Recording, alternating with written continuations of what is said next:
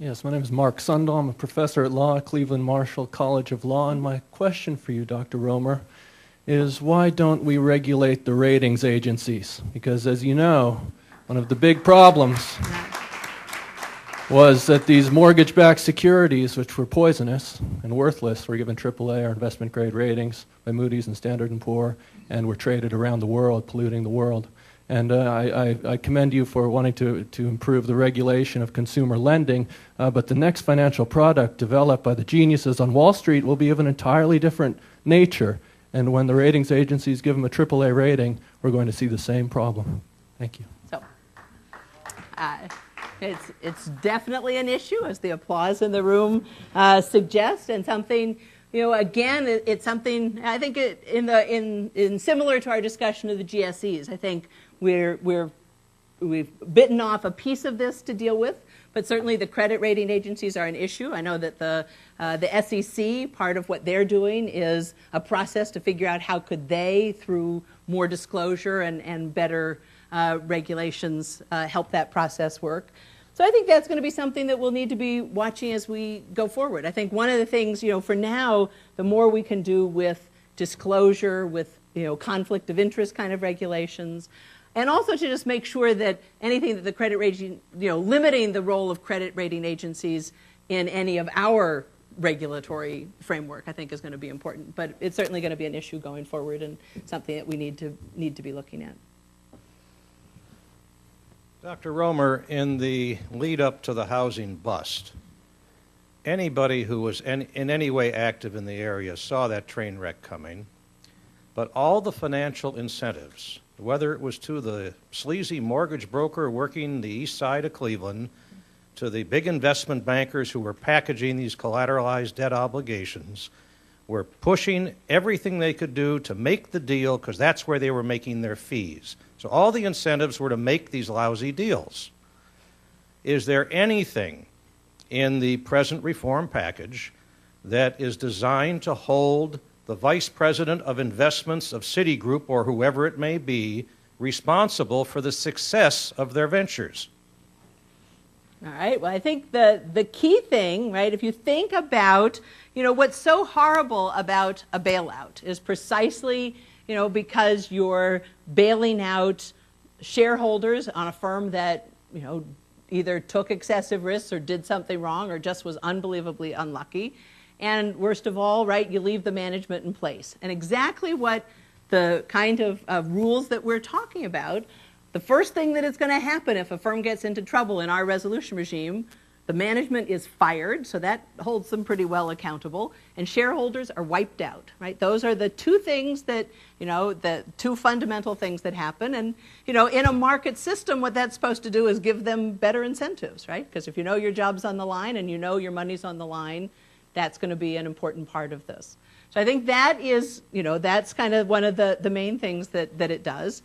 The other is to come back to capital requirements, because again, that's the market-based incentives. If you make each one of these financial firms have a lot of money on the line, right? That if you think they're, right, as you said, they're motivated by fees, they're motivated by wanting to make more money, you make them have more money on the line if they get into trouble. We think that also is going to be the thing that's a way of holding them accountable. But that's exactly, I think, a big part of what we're trying to do with this, because we agree completely that's got to be the end result of this, to hold the people who are making these decisions accountable when they go sour. How many years do you think it will be before we have a balanced budget?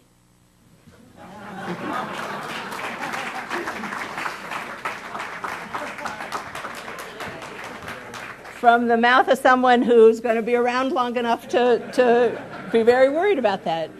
It is a fundamentally important issue, and I did absolutely, what I was saying in my talk is exactly right, that we have a long-run fiscal problem that is truly a disaster, and that it is something that we absolutely have to deal with.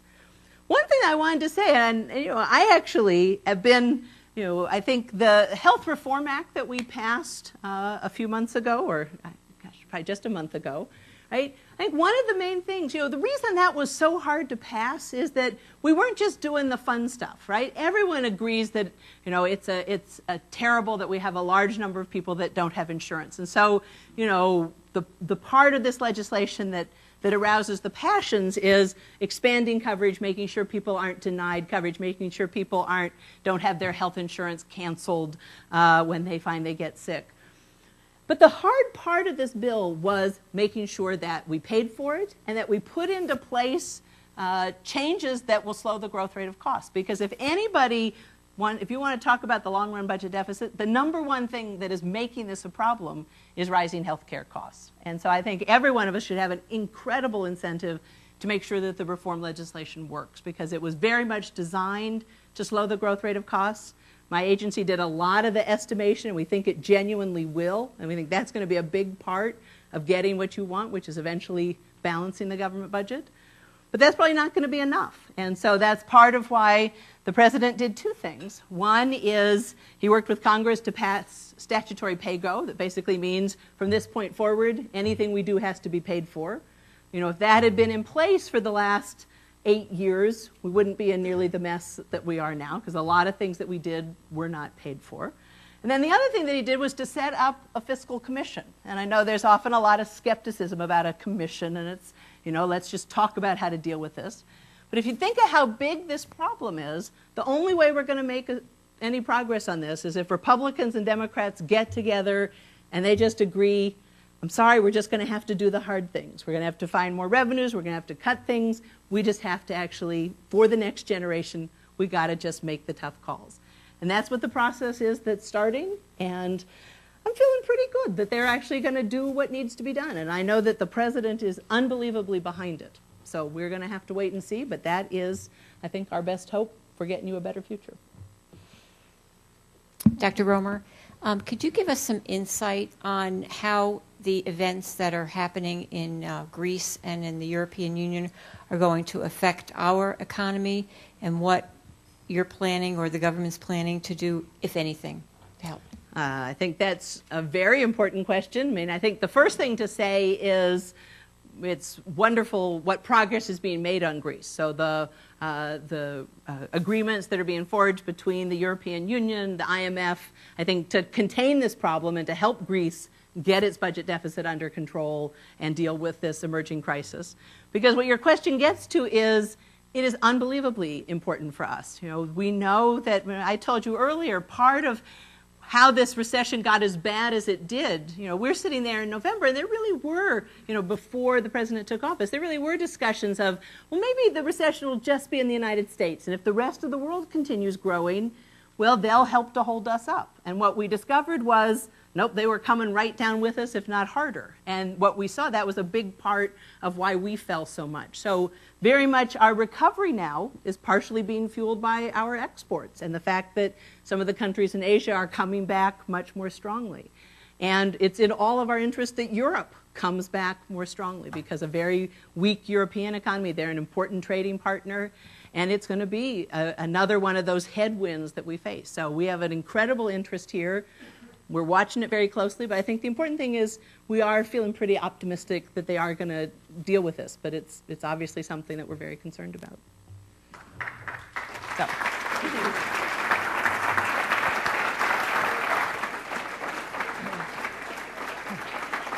Today, at the City Club, we have been listening to a special forum featuring Dr. Christina Romer, Chair of the Council of Economic Advisors. Thank you very much, Dr. Romer. Thank you, ladies and gentlemen. This forum is now adjourned.